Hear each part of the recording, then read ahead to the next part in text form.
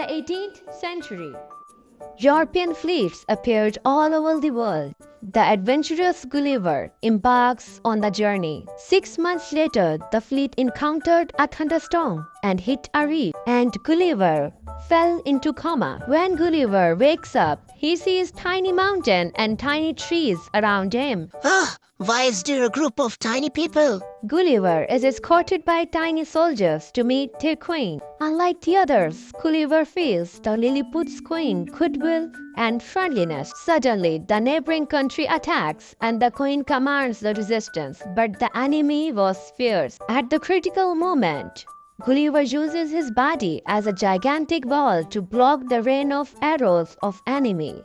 Victory! Gulliver recovers 50 of the enemy's largest ship. The queen bestows the highest honor on Gulliver, and the nation is filled with enthusiasm, unknowing that her close minister was very jealous. One night, a fire breaks out in the palace. Gulliver pees on castle to put out the fire, not realizing that it is the minister's deception. The queen, fooled by the disloyal minister, and become furious with Gulliver. Gulliver is sent away with disappointment and sadness. He can't understand what is causing this situation.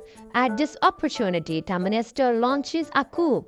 The queen sees through the minister's plot, but it's too late. He is back!